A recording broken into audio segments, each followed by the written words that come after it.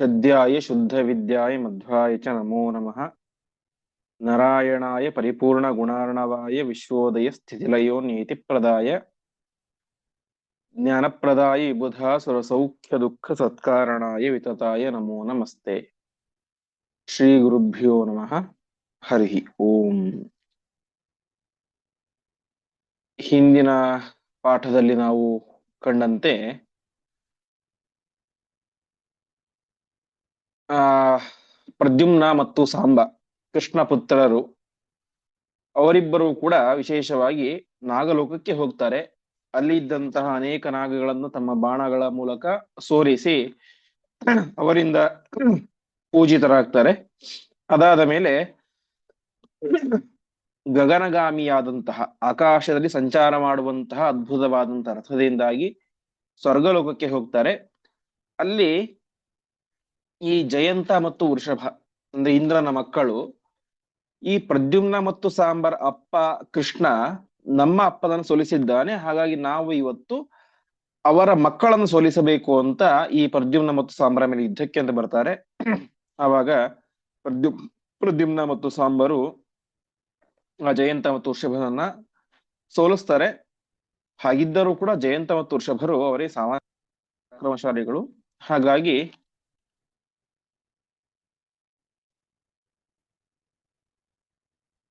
ಅವರಿಬ್ಬರು ಏನ್ ಮಾಡ್ತಾರೆ, ಈ ಪ್ರದ್ಯುಮ್ನ ಮತ್ತು ಹತ್ರ ಇದ್ದಂತಹ ಅದ್ಭುತವಾದಂತಹ ರಥವನ್ನೇ ಬೂದಿ ಮಾಡಿ ಹಾಕಿ ಬಿಡ್ತಾರೆ.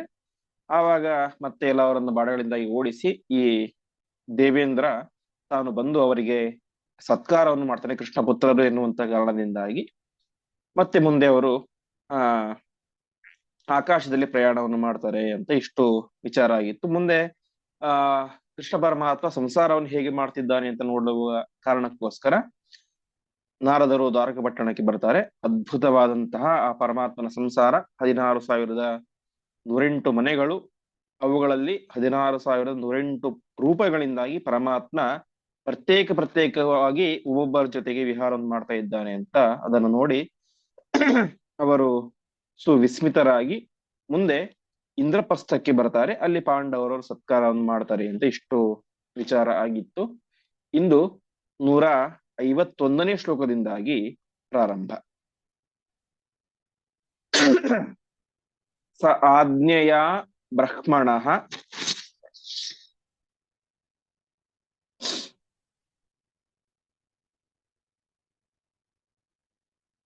ಆಹ ಕೃಷ್ಣಾಂ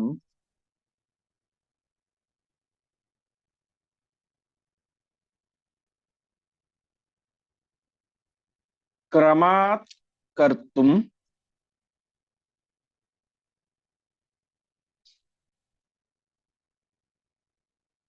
ಭೀಮ ಏವೈಕ ಸಂಸ್ಥಾಂ.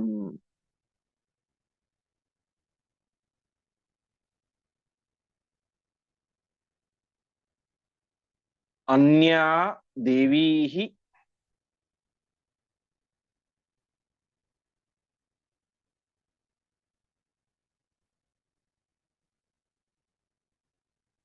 ಸ್ವಾಪಯಿತ್ವಾ ಶರೀರೆ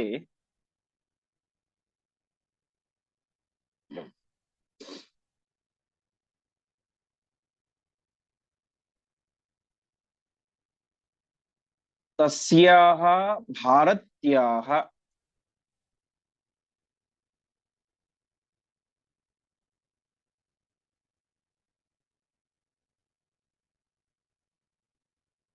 ಪೂರ್ಣ ಭೋಗಾರ್ಥಮೇವ.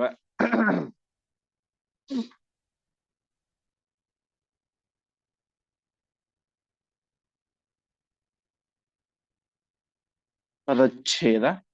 ಸಹ ಆಜ್ಞೆಯ ಬ್ರಹ್ಮಣಃ ಆಹ ಕೃಷ್ಣಾಂ ಕ್ರಮಾತ್ ಕರ್ತುಂ ಭೀಮಃ ಏವ ಭೀಮೇ ಏವ ಏಕಸಂಸ್ಥಾಂ ಅನ್ಯಾಹ ದೇವೀಃ ಸ್ವಾಪಯಿತ್ವಾ ಶರೀರೆ ತಸ್ಯಾಹ ಭಾರತ್ಯಾಹ ಪೂರ್ಣಭೋಗಾರ್ಥಂ ಏವ.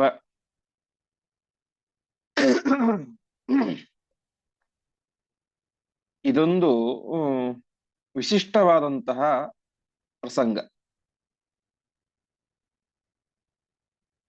ನಮಗೆಲ್ಲ ಗೊತ್ತೇ ಇರುವಂತೆ ಹಿಂದೆ ನಾವು ನೋಡಿದಂತೆ ಬ್ರಹ್ಮದೇವರ ಶಾಪ ಹಾಗೂ ರುದ್ರದೇವರ ಶಾಪದಿಂದಾಗಿ ಆ ಸ್ತ್ರೀಯರಿಗೋಸ್ಕರ ಸ್ತ್ರೀಯರಿಗೆ ಶಾಪ ಬಂದಿದ್ದು, ಯಾರಿಗೆ? ಶಚಿ, ಶ್ಯಾಮಲ, ಉಷಾ, ಪಾರ್ವತಿಯರಿಗೆ ಶಾಪ ಬಂದಿದ್ದು. ಅವರು ತಮ್ಮ ಈ ಒಂದು ಶಾಪ ಪರಿಮಾರ್ಜನೆ ಆಗಬೇಕು, ತಮಗೆ ದುಷ್ಟರ ಸಂಘ ಆಗಬಾರದು ಅಂತ ಭಾರತೀ ದೇವಿಯರ ಹತ್ತಿರ ಒಂದು ಪ್ರಾರ್ಥನೆ ಮಾಡಿದಾಗ ಭಾರತೀ ದೇವಿ ಅವರ ಪ್ರಾರ್ಥನೆಗೆ ಓಗೊಟ್ಟು ತಾನು ಅವರೊಟ್ಟಿಗೆ ಅವರನ್ನು ತನ್ನ ದೇಹದೊಳಗೆ ಸೇರಿಸಿಕೊಂಡು ಭೂಮಿಯ ಮೇಲೆ ಅವತಾರ ಮಾಡಿದರು. ವಿಪ್ರಕನ್ಯೆಯಾಗಿ ಎಂದ ನೀಲ ಆಗಿ ಅಂತೆಲ್ಲ ಸಂಘವನ್ನು ನೋಡಿದ್ವಿ. ಅದರಲ್ಲಿ ಈಗ ದ್ರೌಪದಿಯಾಗಿ ಹುಟ್ಟಿದ್ದಾರೆ. ಇಲ್ಲಿ ದ್ರೌಪದಿ ಮದುವೆಯಾಗಿದ್ದು 5 ಜನರನ್ನ: ಯುಧಿಷ್ಠಿರ, ಭೀಮಸೇನ, ಅರ್ಜುನ, ನಕುಲ, ಸಹದೇವ ಅಂತ.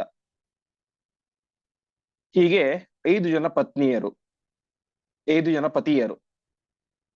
ಅದಕ್ಕೆ ಅನುಗುಣವಾಗಿ ದ್ರೌಪದಿಯ ದೇಹದಲ್ಲಿ ಇದ್ದಂತಹ ಬೇರೆ ಬೇರೆ ಸ್ತ್ರೀಯರು, ಅರ್ಥಾತ್ ಯುಧಿಷ್ಠಿರನೊಟ್ಟಿಗೆ ಭೋಗವನ್ನು ಮಾಡ್ಬೇಕಾದ್ರೆ ಶ್ಯಾಮಲೆ ಜಾಗೃತವಾಗಿರ್ತಾ ಇದ್ಲು, ಉಳಿದವರು ಸುಪ್ತರಾಗಿರ್ತಾ ಇದ್ರು, ಸುಷುಪ್ತ್ಯವಸ್ಥೆ ನಿದ್ರಾವಸ್ಥೆಯಲ್ಲಿ ಇರ್ತಾ ಇದ್ರು.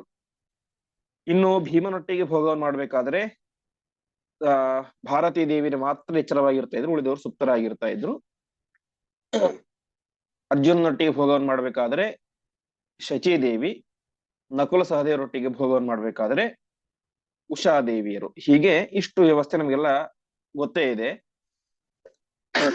ಈ ವ್ಯವಸ್ಥೆಗೆ ಅನುಗುಣವಾಗಿ ಪ್ರತಿದಿನ ಒಬ್ಬೊಬ್ಬರೊಟ್ಟಿಗೆ ದ್ರೌಪದಿ ಇರ್ತಾ ಇದ್ಲು.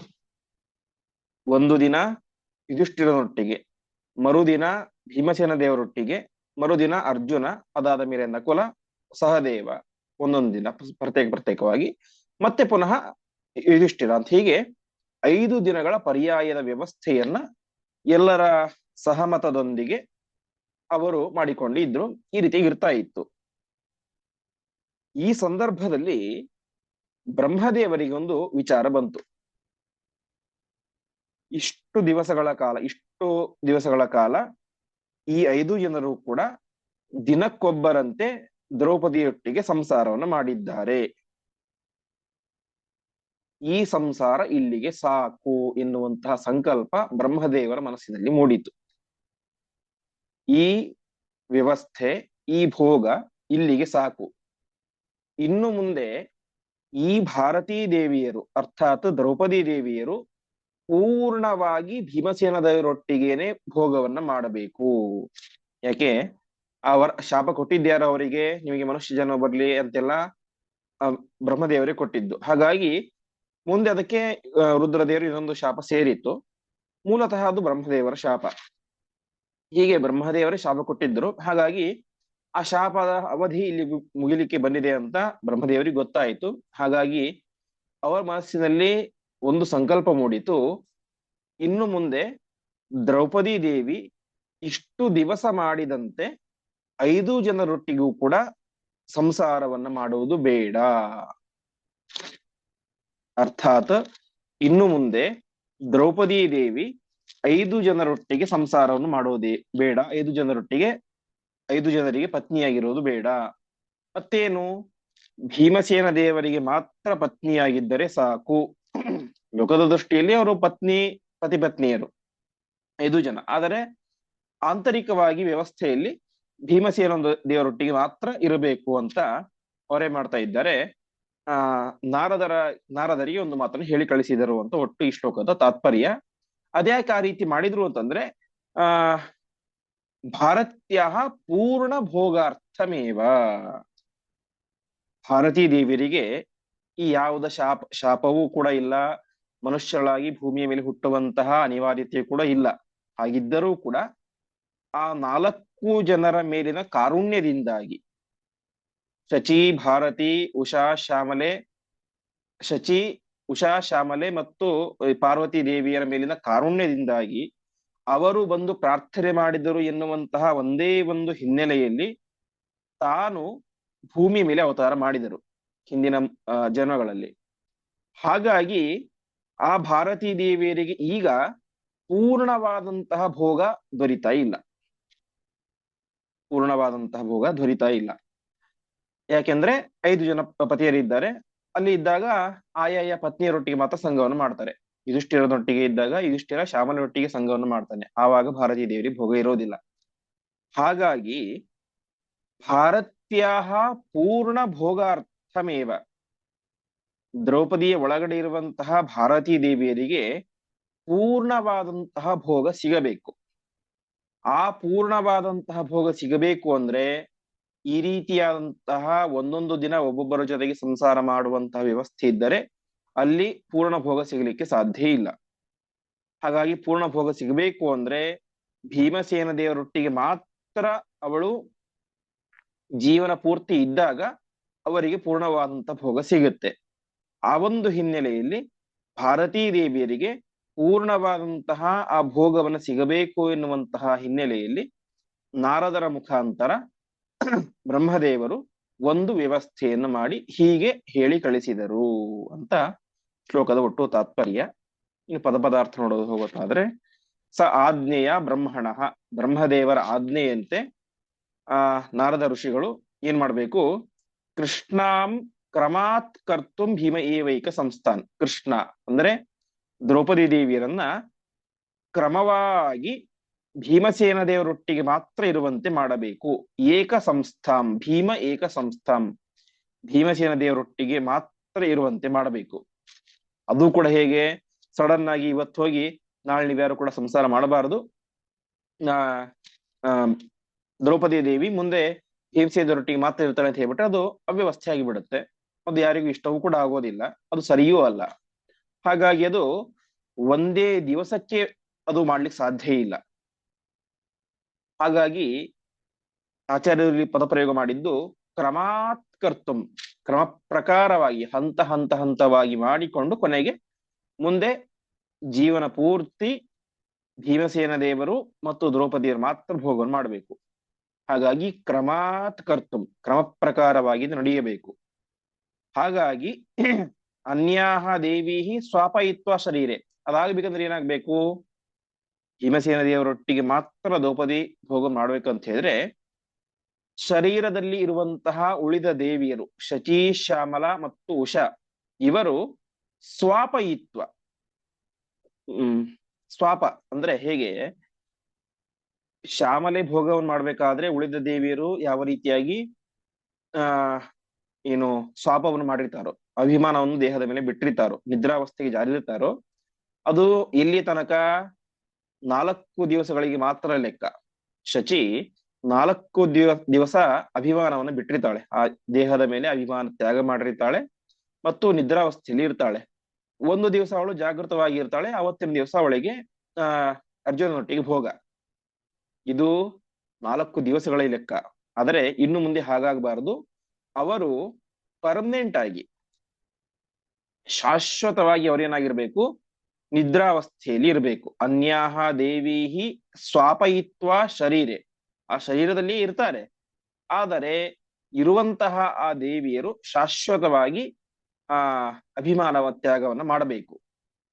ಇದು ನನ್ನ ಶರೀರ ಅಲ್ಲ ಎನ್ನುವಂತಹ ಅಭಿಮಾನ ತ್ಯಾಗವನ್ನ ಅವರು ಮಾಡಬೇಕು. ಅಭಿಮಾನ ತ್ಯಾಗ ಆದಾಗ ಏನಾಗುತ್ತೆ, ಅವರು ಸುಷುಪ್ತ್ಯವಸ್ಥೆಗೆ ಜಾರಿ ಬಿಡುತ್ತಾರೆ.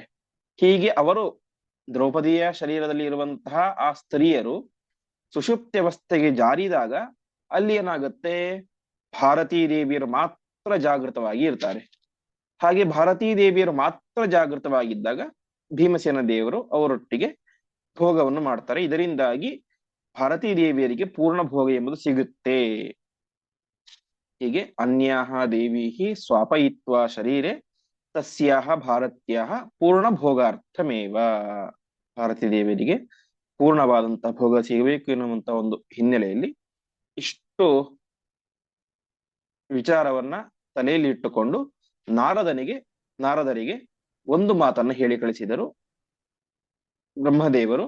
ಆ ಮಾತನ್ನು ಹೇಳಲಿಕ್ಕೆ ಅಂತ ಇವರು ಎಲ್ಲಿಗೆ ಬಂದ್ರು, ನಾರದರು ಪಾಂಡವರ ಅರಮನೆಗೆ ಬಂದರು. ಮುಂದೆ ಸುಂದೋಪಸುಂದೌ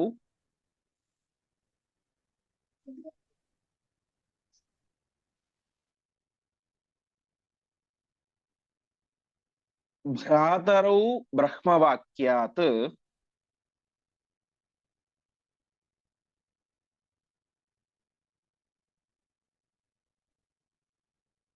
ಪರಸ್ಪರಾದನ್ಯತೋ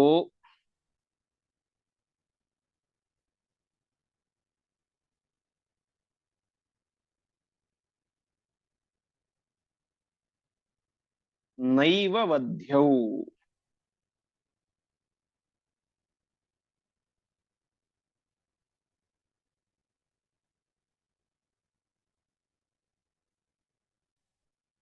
ತಿಲೋತ್ತಮಾರ್ಥೇ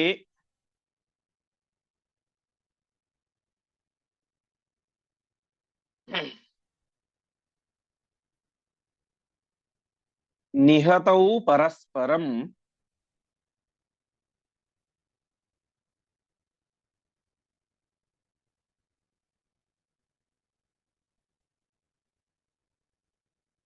ತಯೋರ್ವದಾರ್ಥೆ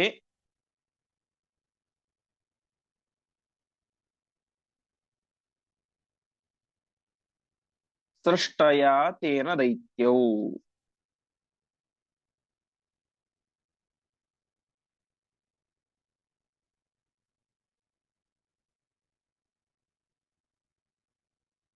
ಪದಚ್ಛೇದ. ಸುಂದೋಪಸುಂದೌ ಭ್ರಾತರೌ ಬ್ರಹ್ಮವಾಕ್ಯಾತ್ ಪರಸ್ಪರಾತ್ ಅನ್ಯತಃ ನ ಏವ ವಧ್ಯೌ ತಿಲೋತ್ತಮಾರ್ಥೆ ನಿಹತೌ ಪರಸ್ಪರಂ ತಯೋಃ ವದಾರ್ಥೆ ಸೃಷ್ಟಯ ತೇನ ದೈತ್ಯೌ. ನಾರದರು ಇಂದ್ರಪ್ರಸ್ಥಕ್ಕೆ ಬಂದರು. ಪಾಂಡವರು ವಿಶೇಷವಾದಂತಹ ಸತ್ಕಾರವನ್ನು ಮಾಡಿದರು. ನಾರದರು ಈಗ ನಾರದರು ನೇರವಾಗಿ ಆ ವಿಚಾರವನ್ನ ಹೇಳಲಿಲ್ಲ.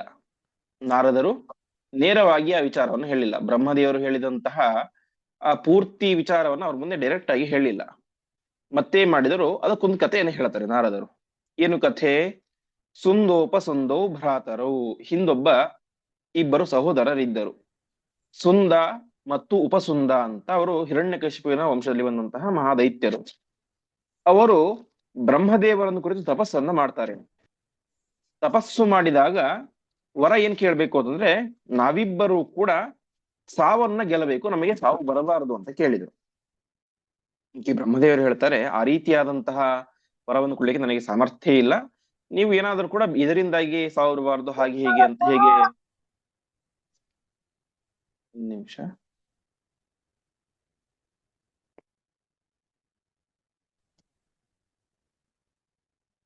ಆ ರೀತಿಯಾಗಿ ವರ ಕೊಡ್ಲಿಕ್ಕೆ ಸಾಧ್ಯ ಇಲ್ಲ. ನೀವೇನಾದ್ರೂ ಕೂಡ ಬೇರೆ ರೀತಿಯಾಗಿ, ಹೇಗೆ ನಿಮ್ಮ ವಂಶದ ಹಿರಿಯನಾದಂತಹ ಹಿರಣ್ಯಕಶಿಪು ಹಾಗೆ ಹೀಗೆ ಅಂತ ವರ ಕೇಳಿದ್ನಲ್ಲ, ಹಾಗೆ ನೀವು ಕೂಡ ಅದರಿಂದ ಸಾವು ಬರಬಾರದು, ಇದರಿಂದ ಸಾವು ಬರಬಾರದು ಅಂತ ವರವನ್ನು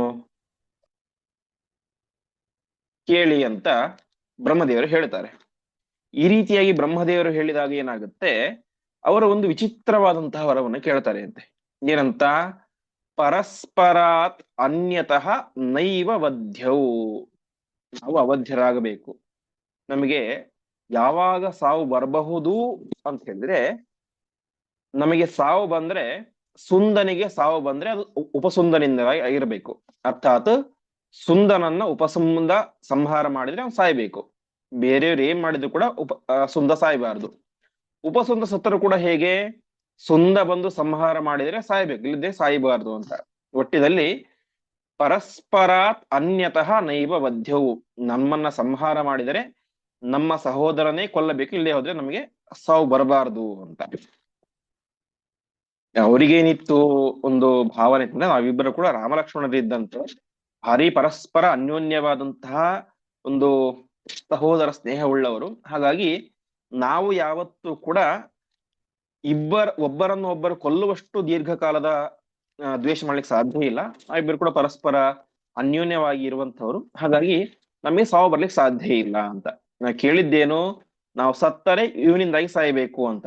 ಆ ರೀತಿಯಾಗಿ ಸಾಯಿಸ್ಲಿಕ್ಕೆ ಸಾಧ್ಯವೇ ಇಲ್ಲ, ಯಾಕೆಂದ್ರೆ ನಮ್ಮಲ್ಲಿ ಅಷ್ಟು ಗಾಢವಾದಂತಹ ಪ್ರೀತಿ ಇದೆ. ಹಾಗಾಗಿ ನಮಗೆ ಏನಿಲ್ಲ, ಇನ್ನು ಮುಂದೆ ಸಾವು ಅನ್ನೋದಿಲ್ಲ, ನಾವು ಬ್ರಹ್ಮನಿಂದಾಗಿ ಅವಧ್ಯತ್ವವರನ್ನು ಪಡೆದುಕೊಂಡಿದ್ದೇವೆ ಅಂತ ಭಾರಿ ದುಷ್ಟತನವನ್ನು ಮಾಡ್ತಾ ಇದ್ರು. ಆ ರೀತಿಯಾಗಿ ಯಾವಾಗ ಅವರನ್ನು ಪಡೆದುಕೊಂಡ್ರು ಆವಾಗ ಈ ಜಗತ್ತಿನಲ್ಲಿ ಇದ್ದಂತಹ ಅನೇಕ ಜನ ಋಷಿ ಮುನಿಗಳಿಗೆ, ಸಾತ್ವಿಕರಿಗೆ ಅನೇಕ ರೀತಿಯಾದಂತಹ ತೊಂದರೆಯನ್ನು ಕೊಡ್ಲಿಕ್ಕೆ ಶುರು ಮಾಡಿದ್ರು ಅಂತೆ. ಅವರಿಗೆ ಕಾಡಿನಲ್ಲಿ ತಪಸ್ ಮಾಡ್ತಾ ಇದ್ದಂತಹ ಆ ಮುನಿಗಳನ್ನ, ಋಷಿಗಳನ್ನು ಹೋಗಿ ಆನೆಯ ರೂಪದಿಂದ ಹೆದರಿಸೋದು, ಆ ಹುಲಿ ರೂಪದಿಂದಾಗಿ, ಸಿಂಹ ರೂಪದಿಂದ ಹೀಗೆ ಅವರನ್ನ ಸಂಹಾರ ಮಾಡೋದು ಮುಂತಾದಂತಹ ಅನೇಕ ದುಷ್ಟ ಕಾರ್ಯಗಳನ್ನ ಈ ಸುಂದ ಮತ್ತು ಉಪಸುಂದರ ಮಾಡಿದ್ರು. ಸರಿ, ಅವರ ಉಪಟಳ ಜಾಸ್ತಿ ಆಯಿತು. ಎಲ್ಲ ಋಷಿಮುನಿಗಳು ಕೂಡ ಬಂದು ಬ್ರಹ್ಮದೇವರ ಹತ್ರ ಪ್ರಾರ್ಥನೆ ಮಾಡಿದಾಗ ಬ್ರಹ್ಮದೇವರ ಹತ್ರ ಹೇಳ್ತಾರೆ, ನೀವೇ ವರವನ್ನು ಕೊಟ್ಟಿದ್ದು, ಕೊನೆಗೆ ನೀವೇ ಅದನ್ನ ಮುಗಿಸಬೇಕು ಅಂತ ಪ್ರಾರ್ಥನೆ ಮಾಡಿದಾಗ ಬ್ರಹ್ಮದೇವರು ಏನ್ ಮಾಡ್ತಾರೆ, ವಿಶ್ವಕರ್ಮನ ಮೂಲಕ ಒಂದು ಅದ್ಭುತವಾದಂತಹ ಕನ್ಯೆಯ ಸೃಷ್ಟಿಯನ್ನ ಮಾಡ್ತಾರೆ. ಅವಳ ಹೆಸರು ಏನು ಅಂತ ಹೇಳಿದ್ರೆ ತಿಲೋತ್ತಮ ಅಂತ. ನಾವು ಅನೇಕ ಸಲ ಪುರಾಣಗಳಲ್ಲಿ ಕೇಳಿರ್ತೇವೆ, ತಿಲೋರಂಭೆ, ಊರ್ವಶಿ, ಮೇನಕೆ, ತಿಲೋತ್ತಮೆ, ಹಾಗೆ ಹೀಗೆ ಅಂತ. ಹಾಗೆ ಇವಳು ತಿಲೋತ್ತಮ ಅಂತ. ಇವಳಿಗೆ ಯಾಕೆ ತಿಲೋತ್ತಮ ಅಂತ ಹೆಸರು ಬಂತು ಅಂದ್ರೆ, ಮಹಾಭಾರತದಲ್ಲಿ ಆದಿಪರ್ವದಲ್ಲಿ ಹೇಳುವಂತೆ, ತಿಲಂ ತಿಲಂ ಸಮಾನೀಯ ರತ್ನಾನಾಮಿ ದ್ವಿನಿರ್ಮಿತ ತಿಲೋತ್ತಮೇತಿ ತತ್ತಸ್ಯ ನಾಮಚಕ್ರೇ ಪಿತಾಮಹ ಅಂತ. ತಿಲ ಅಂದ್ರೆ ನಮಗೆಲ್ಲ ಗೊತ್ತಿರುವಂತೆ ಎಳ್ಳು, ಉತ್ತಮ ಅಂದ್ರೆ ಶ್ರೇಷ್ಠ. ಇವಳಿಗೆ ಯಾಕೆ ಇಂತಹ ಶ್ರೇಷ್ಠ ಸ್ತ್ರೀಗೆ ಎಳ್ಳಿನ ಹೆಸರನ್ನ ಯಾಕೆ ಕೊಟ್ರು ಅಂದ್ರೆ, ಮಹಾಭಾರತದಲ್ಲಿ ಹೇಳುವಂತೆ ವಿಶ್ವಕರ್ಮ ಅವಳ ದೇಹವನ್ನ ನಿರ್ಮಾಣ ಮಾಡ್ಬೇಕಾದ್ರೆ ತಿಲಂ ತಿಲಂ ಸಮಾನೀಯ, ಜಗತ್ತಿನಲ್ಲಿ ಇರುವಂತಹ ಎಲ್ಲ ಅದ್ಭುತವಾದಂತಹ ವಸ್ತುಗಳು, ಜಗತ್ತಿನಲ್ಲಿ ಯಾವುದ್ಯಾವುದು ಸುಂದರವಾದಂತಹ, ಅದ್ಭುತವಾದಂತಹ, ಮನೋಹರವಾದಂತಹ ವಸ್ತುಗಳಂತಿದ್ವೋ ಆ ಎಲ್ಲ ವಸ್ತುಗಳಿಂದಲೂ ಕೂಡ ತಿಲಂ ತಿಲಂ ಸಮಾನೀಯ, ಎಳ್ಳಷ್ಟು ಭಾಗವನ್ನ ತೆಗೆದು ಈ ತಿಲೋತ್ತಮೆ ದೇಹವನ್ನು ಸೃಷ್ಟಿ ಮಾಡಿದ್ದಂತೆ. ಅಂದ್ರೆ ತಿಲೋತ್ತಮೆ ದೇಹ ಅಂತ ಹೇಳಿದ್ರೆ ಅದು ಜಗತ್ತಿನಲ್ಲಿ ಇರುವಂತಹ ಎಲ್ಲ ಅದ್ಭುತವಾದಂತಹ ವಸ್ತುಗಳ ಅಂಶ ಸೇರಿದಂತಹ ಅದ್ಭುತವಾದಂತಹ ಪ್ರತಿಕೃತಿಯ ರೂಪ ಅದು. ಹಾಗಾಗಿ ಅವಳಿಗೆ ತಿಲೋತ್ತಮ, ಉತ್ತಮವಾದಂತಹ ವಸ್ತುಗಳ ತಿಲಾಂಶವನ್ನ, ಎಳ್ಳಿನಷ್ಟು ಅಂಶವನ್ನ ಸ್ವೀಕಾರ ಮಾಡಿ ನಿರ್ಮಾಣ ಮಾಡಿದಂತಹ ದೇಹ. ಹಾಗಾಗಿ ಅವಳಿಗೆ ತಿಲೋತ್ತಮ ಹೆಸರು ಬಂತು. ಬ್ರಹ್ಮದೇವರು ಏನ್ ಮಾಡಿದ್ರು, ಆ ವಿಶ್ವಕರ್ಮನ ಮೂಲಕ ತಿಲೋತ್ತಮೆ ಸೃಷ್ಟಿ ಮಾಡಿದ್ರು. ಆ ತಿಲೋತ್ತಮೆಯನ್ನ ಇವ್ರ ಹತ್ರ ಕಳಿಸ್ತಾರೆ ಅಂತೆ. ಯಾರ ಹತ್ತಿರ? ಸುಂದ ಮತ್ತು ಉಪಸುಂದರ ಹತ್ತಿರ. ಅಲ್ಲಿಯವರೆಗೆ ಯಾವ ವಿಚಾರಕ್ಕೂ ಕೂಡ ಸುಂದ ಆಗಲಿ ಉಪಸುಂದ ಆಗಲಿ ಜಗಳ ಆಡಿದವರೇ ಅಲ್ಲ. ಅಷ್ಟು ಕಾನ್ಫಿಡೆನ್ಸ್ ಇದ್ದದಕ್ಕೋಸ್ಕರವೇನೆ ಅವರು ಆ ರೀತಿ ವರ ಪಡ್ಕೊಂಡಿದ್ರು. ಅಷ್ಟು ಒಳ್ಳೆ ಮಾತೃ ಸ್ನೇಹ, ಸಹೋದರ ಸ್ನೇಹ ಎಂಬುದು ಅವರಲ್ಲಿ ಇತ್ತು. ಆದರೆ ಯಾವಾಗ ತಿಲೋತ್ತಮೆ ಅಲ್ಲಿಗೆ ಬಂದು ಆವಾಗ ಅವರಲ್ಲಿ ಏನಾಯ್ತು, ಜಗಳ ಪ್ರಾರಂಭ ಆಯ್ತು ಅಂತೆ. ತಿಲೋತ್ತಮೆ ನನಗೆ ಬೇಕು ಅಂತ ಸುಂದ ಹಠ ಹಿಡಿದರೆ, ನನಗೆ ಬೇಕು ಅಂತ ಉಪಸುಂದ ಹಠ ಹಿಡಿದರು. ಹೀಗೆ ಆ ಜಗಳ ವಿಕೋಪಕ್ಕೆ ಹೋಗಿ ಪರಸ್ಪರ ಇಬ್ಬರು ಕೂಡ ಹೊಡೆದಾಡಿಕೊಂಡು ಸತ್ತೇ ಹೋಗಿಬಿಟ್ರು. ಪರಸ್ಪರಾದನ್ಯತೋ ನೈವ ಬದ್ಧವು ಅಂತ ವರವನ್ನು ಪಡೆದುಕೊಂಡಿದ್ರು. ಆದರೆ ತಿಲೋತ್ತಮಾರ್ಥೇ ನಿಹತವು, ತಿಲೋತ್ತಮೆಗೋಸ್ಕರ ಅವರಿಬ್ಬರು ಕೂಡ ಪರಸ್ಪರವಾಗಿ ಸತ್ತು ಹೋಗಿಬಿಟ್ರು ಅಂತ ಇಷ್ಟು ಕಥೆಯನ್ನ ಹೇಳ್ತಾರೆ. ಯಾರು? ನಾರದರು ಪಾಂಡವರ ಮುಂದೆ. ಅಂದ್ರೆ ಇದರ ಸ್ಪಿರಿಟ್ ಏನು? ಸುಂದೋಪಸುಂದರು ಒಬ್ಬ ಹೆಣ್ಣಿನ ಸಲವಾಗಿ ಹೊಡೆದಾಡಿಕೊಂಡು ಸತ್ತು ಹೋಗಿ ಬಿಟ್ರು. ಹಾಗಾಗಿ ನೀವು ಕೂಡ ಜಾಗೃತವಾಗಿ ಇರಿ. ಅಲ್ಲಿ ಇಬ್ಬರು ಗಂಡಸರಿಗೆ ಒಬ್ಬಳು ಹೆಂಡತಿಯರಾದರೆ, ಒಬ್ಬ ಸ್ತ್ರೀಯಾದರೆ, ನಿಮಗಿಲ್ಲಿ 5 ಜನ ಇದ್ದೀರಿ. ಹಾಗಾಗಿ ನಿಮ್ಮಲ್ಲಿರುವಂತಹ ಸಾಮರಸ್ಯ ಹಾಳಾಗಬಾರದು. ಆ ಒಂದು ಕಾರಣಕ್ಕಾಗಿ ನಾನೊಂದು ವ್ಯವಸ್ಥೆಯನ್ನು ಹೇಳ್ತೇನೆ, ಆ ವ್ಯವಸ್ಥೆಯ ಮೂಲಕ ನೀವು ಸಂಸಾರವನ್ನು ಮಾಡಿ ಅಂತ. ಅಂದ್ರೆ ಇದು ಜಗತ್ತಿನ ದೃಷ್ಟಿಯಲ್ಲಿ ನಾರದರು ಹೇಳಿದಂತಹ ಮಾತು. ಹಿಂದೆ ನಾವು ನೋಡಿದಂತೆ ದರ್ಶನ ಭಾಷೆ, ಸಮಾಧಿ ಭಾಷೆ, ಗುಹ್ಯ ಭಾಷೆ ಅಂತಲೇ ಹೇಳಿದ್ವಲ್ಲ, ಅದರಲ್ಲಿ ಹಾಗೆ ಇದು ದರ್ಶನ ಭಾಷೆ ಅಷ್ಟೇ. ಪಾಂಡವರಿಗೆ ಅಷ್ಟು ವಿವೇಕ ಇರ್ಲಿಲ್ವಾ? ಪಾಂಡವರು ದ್ರೌಪದಿಗೋಸ್ಕರ ಜಗಳ ಆಡ್ತಾರ? ಭೀಮ ಅಷ್ಟು ದುಷ್ಟನ? ಅಣ್ಣ ತಮ್ಮಂದಿರೊಟ್ಟಿಗೆ ಜಗಳ ಆಡುವಷ್ಟು ಅಂತೆಲ್ಲ ನಾವು ಚಿಂತನೆ ಮಾಡಬಾರ್ದು. ಜಗತ್ತಿನ ದೃಷ್ಟಿಯಲ್ಲಿ ಪಾಂಡವರು ಮನುಷ್ಯರು, ಸಾಮಾನ್ಯ ಮನುಷ್ಯರು, ಚಕ್ರವರ್ತಿಗಳು, ರಾಜರು. ಅವರಿಗೆ ನಾರದರು ಈ ರೀತಿಯ ಉಪದೇಶ ಮಾಡಿದ್ರು ಅಂತ ದರ್ಶನ ಭಾಷೆಯಲ್ಲಿ ನಮಗೆ ಗೊತ್ತಾಗುತ್ತೆ, ಜಗತ್ತಿನ ದೃಷ್ಟಿಯ ಭಾಷೆಯಲ್ಲಿ ನಮಗೆ ಗೊತ್ತಾಗುತ್ತೆ. ಆದರೆ ಮೂಲತಃ ಆ ರೀತಿಯಾದಂತಹ ಯಾವ ಭಾವನೆ, ಜಗಳ ಆಡುವಂತಹ ವಿಚಾರವೇ, ಪ್ರಮೇಯವೇ ಅಲ್ಲಿ ಇರಲಿಲ್ಲ. ಪರಸ್ಪರ 5 ಜನರು ಕೂಡ ವಾಸ್ತವಿಕವಾಗಿ 3 ಜನ ಕುಂತಿಯ ಮಕ್ಕಳು, 2 ಮಾದ್ರಿಯ ಮಕ್ಕಳು, ಸವತಿಯರ ಮಕ್ಕಳು. ಹಾಗಿದ್ದರೂ ಕೂಡ ಅವರಲ್ಲಿ ಯಾವುದೇ ರೀತಿಯಾದಂತಹ ಭೇದ ಭಾವ ಎಂಬುದು ಸರ್ವಥಾ ಇರಲಿಲ್ಲ. ಪರಸ್ಪರ ಅನ್ಯೋನ್ಯವಾಗಿ ಇದ್ದರು. ಆದರೆ ಜಗತ್ತಿನ ದೃಷ್ಟಿಯಲ್ಲಿ ಕಾಣುವಂತ ಕಾರಣ ಯಾವುದು? ಈ ಕಾರಣ. ಆದರೆ ಆಚಾರ್ಯರು ಸ್ಪಷ್ಟವಾಗಿ ನಮಗೆ ನಿರ್ಣಯವನ್ನು ಕೊಟ್ಟಿದ್ದಾರೆ. ತಸ್ಯಾಹ ಭಾರತ್ಯಾಹ ಪೂರ್ಣ ಭೋಗಾರ್ಥಮೇವ. ಜಗತ್ತಿನ ದೃಷ್ಟಿಗೆ ಅನಿಸೋದೇನು? ಉಪಸುಂದರ ಕಥೆಯನ್ನು ಹೇಳಿ ಆ ಮೂಲಕ ನಾರದರು ಅವರನ್ನು ಬೇರೆ ಬೇರೆ ಮಾಡಿಬಿಟ್ರು ಅಂತೆಲ್ಲ ಮುಂದೆ ಬರುತ್ತೆ ಅದು. ಆದರೆ ನಿಜವಾದಂತಹ ಕಾರಣ ಏನು? ಬ್ರಹ್ಮದೇವರ ಸಂಕಲ್ಪ. ಭಾರತೀ ದೇವಿಯರಿಗೆ ಪೂರ್ಣವಾದಂತಹ ಭೋಗ ಸಿಗಬೇಕು. ಹೀಗೆ ಭಾರತೀ ದೇವಿಯರಿಗೆ ಪೂರ್ಣವಾದಂತಹ ಭೋಗ ಸಿಗಬೇಕು. ಅದು ಕೂಡ ಒಂದೇ ಸಲಕ್ಕಾಗೋದಿಲ್ಲ. ಹಿಂದೆ ಹೇಳಿದಂತೆ ಕ್ರಮಾತ್ ಕ್ರಮ ಪ್ರಕಾರವಾಗಿ ಆಗಬೇಕು. ನಮಗೆ ಈ ಒಂದು ಕಥಾನಕವನ್ನು ಪೂರ್ತಿ ಕೇಳಿದಾಗ ನಮಗೆ ಇದೆಲ್ಲ ಅರ್ಥ ಆಗುತ್ತೆ. ಹೀಗೆ ಆ ಒಂದು ಕಾರಣಕ್ಕೋಸ್ಕರ ನಾರದರು ಬಂದು ಈ ಒಂದು ಕಥೆಯನ್ನು ಹೇಳಿ, ನೀವು ಬೇರೆ ಬೇರೆ ರೀತಿಯಾಗಿ ವ್ಯವಸ್ಥೆಯನ್ನು ನಾನು ಮಾಡ್ತೇನೆ, ಆ ರೀತಿಯಾಗಿ ನೀವು ಸಂಸಾರವನ್ನು ಮಾಡಿ ಅಂತ ಅವರಿಗೆ ಹೇಳಿದರು. ಏನು ಆ ವ್ಯವಸ್ಥೆ ಅಂತ ಹೇಳ್ತಾರೆ. ಅತಃ ಪೃಥಕ್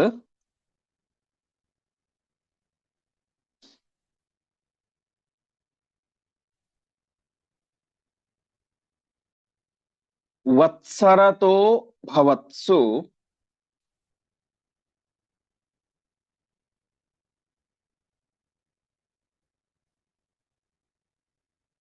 ಕ್ರಮಾತ್ ಕೃಷ್ಣ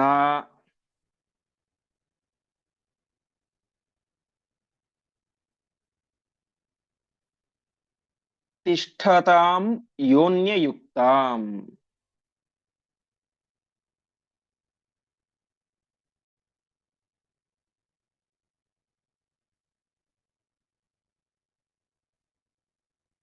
ಪಶ್ಯೇತ್ ಓಸೌ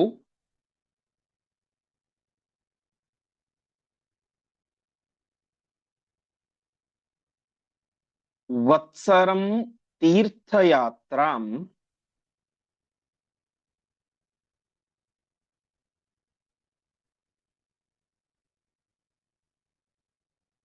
ಕುರ್ಯಾದಿತಿ ಸ್ಮಾಥ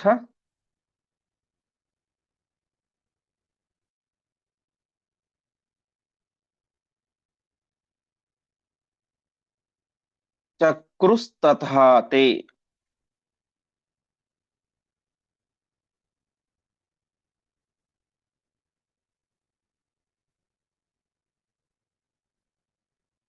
ಪದಚ್ಛೇದ. ಅತಃ ಪೃಥಕ್ ವತ್ಸರತಃ ಭವತ್ಸು ಕ್ರಮಾತ್ ಕೃಷ್ಣ ತಿಷ್ಠತಾಂ ಯಃ ಅನ್ಯಯುಕ್ತಾಂ ಪಶ್ಯೇತ್ ವಹ ಅಸೌ ವತ್ಸರಂ ತೀರ್ಥಯಾತ್ರಾಂ ಕುರ್ಯಾತ್ ಇತಿ ಸ್ಮ ಅಥ ಚಕ್ರುಹು ತಥಾ ತೇ. ಹಾಗಾಗಿ ಏನ್ ಮಾಡ್ಬೇಕು? ವತ್ಸರತಃ ಪೃಥಕ್ ಭವತ್ಸು ಕ್ರಮಾತ್ ಕೃಷ್ಣ ತಿಷ್ಠತಾಂ. ಇಲ್ಲಿ ತನಕ ನೀವು ಒಂದೊಂದು ದಿವಸ ಒಬ್ಬೊಬ್ಬರು ಸಂಸಾರ ಮಾಡ್ತಾ ಬಂದಿದ್ದೀರಿ ದ್ರೌಪದಿಯೊಟ್ಟಿಗೆ. ಆದರೆ ಇನ್ನು ಮುಂದೆ ಆ ನಿಯಮವನ್ನು ಬದಲಾಯಿಸಿ ಏನಂತ? ಪೃಥಗ್ ವತ್ಸರತಃ ಭವತ್ಸು. ವತ್ಸರ ಅಂದ್ರೆ ವರ್ಷ. ಇನ್ನು ಮುಂದೆ ನಿಮ್ಮಲ್ಲಿ ಕ್ರಮ ಪ್ರಕಾರವಾಗಿ, ಅಂದ್ರೆ ಮೊದಲು ಯುಧಿಷ್ಠಿರ, ನಂತರ ಭೀಮ, ನಂತರ ಅರ್ಜುನ, ನಂತರ ನಕುಲ ಸಹದೇವ ಅಂತ ಒಂದೊಂದು ವರ್ಷ ಒಬ್ಬೊಬ್ಬರು ದ್ರೌಪದಿಯೊಟ್ಟಿಗೆ ಸಂಸಾರವನ್ನ ಮಾಡಿ. ಕ್ರಮಾತ್ ಕೃಷ್ಣ ತಿಷ್ಠತಾಂ ಭವತ್ಸು. ನಿಮ್ಮೊಟ್ಟಿಗೆ ಅವಳು 1 ವರ್ಷ ಇರಲಿ. ಈ ಸಂದರ್ಭದಲ್ಲಿ ಅನ್ಯಯುಕ್ತಾಂ, ಬೇರೆಯವರೊಟ್ಟಿಗೆ ಇರುವಂತಹ ದ್ರೌಪದಿಯನ್ನು ಅರ್ಥಾತ್ ಭೋಗಿಸುವ ಸಂದರ್ಭದಲ್ಲಿ ಯಾರಾದರೂ ಕೂಡ ನೋಡಿದರೆ, ಯುಧಿಷ್ಠಿರ ಭೋಗವನ್ನು ಮಾಡ್ತಾ ಇದ್ದೇನೆ ಮೊದಲ ವರ್ಷ, ಮುಂದೆ ಅದೇ ಪ್ರಸಂಗ ಬರುತ್ತೆ. ಆ ಸಂದರ್ಭದಲ್ಲಿ ಒಂದ್ಸಲ ಅರ್ಜುನ ಹೋಗಿ ನೋಡಿದ.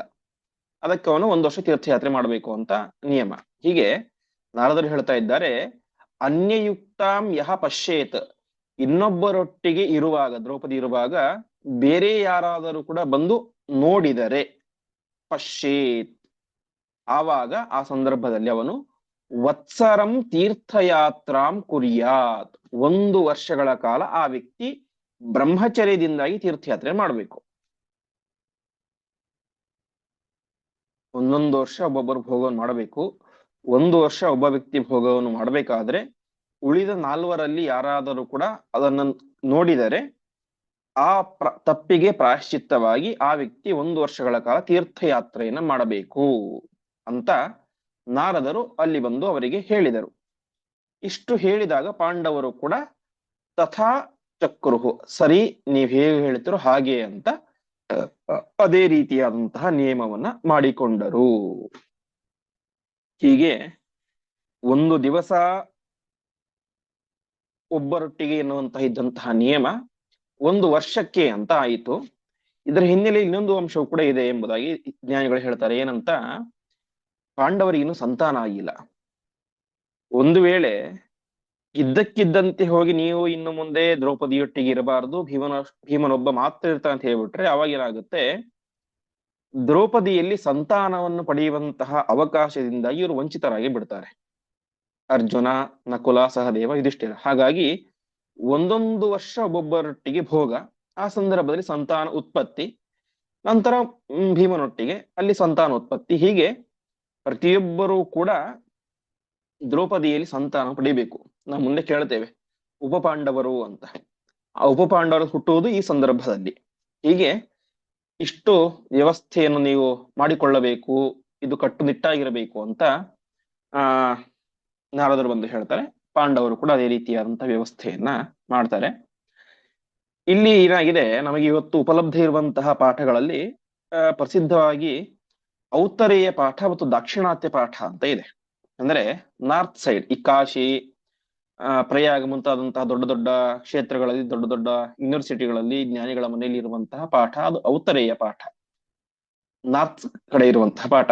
ಇನ್ನು ಮತ್ತೆ ನಮ್ಗೆ ಈ ಕಡೆ ಕರ್ನಾಟಕ, ತಮಿಳುನಾಡು, ಕೇರಳ, ಆಂಧ್ರ ಮುಂತಾದಂತಹ ಪ್ರದೇಶಗಳಲ್ಲಿ ಇರುವಂತಹ ಪಾಠ ದಾಕ್ಷಿಣಾತ್ಯ ಪಾಠ ಅಂತ. ಅಲ್ಲಿ ತುಂಬಾ ವ್ಯತ್ಯಾಸ ಇದೆ. ಔತ್ತರೇಯ ಪಾಠದಲ್ಲಿ ಆಗಲಿ ಅಥವಾ ದಾಕ್ಷಿಣಾತ್ಯ ಪಾಠದಲ್ಲಿ ಆಗಲಿ ಕೆಲವೊಂದು ಕಡೆ ಶ್ಲೋಕಗಳೇ ವ್ಯತ್ಯಾಸ ಇದೆ, ಪದಗಳ ವ್ಯತ್ಯಾಸ ಅಂತೂ ಸಾಮಾನ್ಯ, ಕೆಲವೊಂದು ಕಡೆ ಅಧ್ಯಾಯಗಳ ವ್ಯತ್ಯಾಸ ಕೂಡ ಇದೆ. ಈ ಸಂದರ್ಭದಲ್ಲಿ ಔತ್ತರೇಯ ಪಾಠದಲ್ಲಿ ಏನಿದೆ, 12 ವರ್ಷ ಅಂತ ಇದೆ. ಆದರೆ ದಾಕ್ಷಿಣಾತ್ಯ ಪಾಠದಲ್ಲಿ 12 ತಿಂಗಳು ಅಂತ ಇದೆ. ಅದಕ್ಕೆ ಆಚಾರ್ಯರು ಸ್ಪಷ್ಟವಾಗಿ ನಿರ್ಣಯವನ್ನು ಕೊಡ್ತಾ ಇದ್ದಾರೆ, ವತ್ಸರತಃ, 1 ವರ್ಷ ಅಂತ. ಹಾಗಾಗಿ ಔತ್ತರೇಯ ಪಾಠ ಅಷ್ಟು ಸಮಂಜಸ ಅಲ್ಲ, ದಾಕ್ಷಿಣಾತ್ಯ ಪಾಠವೇ ಸಮಂಜಸವಾದದ್ದು ಅಂತ ಆಚಾರ್ಯರು ಇಲ್ಲಿ ನಿರ್ಣಯವನ್ನು ಕೊಡ್ತಾ ಇದ್ದಾರೆ. ಮತ್ತು ನಾವು 12 ವರ್ಷದಿಂದ ಇಟ್ಕೊಂಡ್ಬಿಟ್ರು ಕೂಡ ಅದಕ್ಕೆ ಮಹಾಭಾರತದ ಕಥಾನಕಕ್ಕೆ ಅದು ಸರಿ ಹೊಂದೋದಿಲ್ಲ. ಸಮಯವಾಗಲಿ ವರ್ಷಗಳಿಗೆ ಕಥಾನಕಕ್ಕೆ ಅದು ಸರಿ ಹೊಂದೋದಿಲ್ಲ. ಹಾಗಾಗಿ 1 ವರ್ಷದ ನಿಯಮವೇ ಸರಿ ಅಂತ ಆಚಾರ್ಯ ನಿರ್ಣಯವನ್ನು ಕೊಡ್ತಾ ಇದ್ದಾರೆ. ಮತ್ತು ಸ್ಕಾಂದ ಪುರಾಣದಲ್ಲೂ ಕೂಡ ತೇನ ಏಕಹಾಯನಂ ಇತಂ ವಿಧೇಯಂ ತೀರ್ಥಸೇವನಂ ಅಂತ 1 ವರ್ಷ ಅಂತೂ ಅಲ್ಲಿಯೂ ಕೂಡ ಹೇಳಿದ್ದಾರೆ. ಹಾಗಾಗಿ 1 ವರ್ಷವೇ ಸರಿಯಾದದ್ದು ಅಂತ ಆಚಾರ್ಯರು ನಿರ್ಣಯವನ್ನು ಕೊಡ್ತಾ ಇದ್ದಾರೆ. ಮತ್ತೆ ಮುಂದೆ ಅವರ ದಾಂಪತ್ಯ ಯಾವ ರೀತಿಯಾಗಿ ನಡೆಯಿತು, ಆ ಸಂದರ್ಭದಲ್ಲಿ ಅರ್ಜುನ ಒಂದು ಸಲ ಹೋಗಿ ಯುಧಿಷ್ಠಿರ ಮತ್ತು ದ್ರೌಪದಿ ಒಟ್ಟಿಗಿರೋದನ್ನು ಕಾಣ್ತಾನೆ. ಅದರ ಪ್ರಾಯಶ್ಚಿತ್ತವಾಗಿ 1 ವರ್ಷ ತೀರ್ಥಯಾತ್ರೆಯನ್ನು ಮಾಡ್ತಾನೆ. ಆ 1 ವರ್ಷ ತೀರ್ಥಯಾತ್ರೆಯನ್ನು ಮಾಡಬೇಕಾದ್ರೆ ಅನೇಕ ರೀತಿಯಾದಂತಹ ವಿಶಿಷ್ಟವಾದಂತಹ ಘಟನೆಗಳನ್ನು ಕೂಡ ನಡೀತವೆ. ಆ ಚಿಂತನೆಯನ್ನು ಮತ್ತೆ ನಾವು ನಾಳೆ ಪಾಠದಲ್ಲಿ ನೋಡೋಣ ಎಂಬುದಾಗಿ ಹೇಳ್ತಾ ಇಂದಿನ ಪಾಠವನ್ನ ಶ್ರೀಕೃಷ್ಣ ಅರ್ಪಣಮಸ್ತು.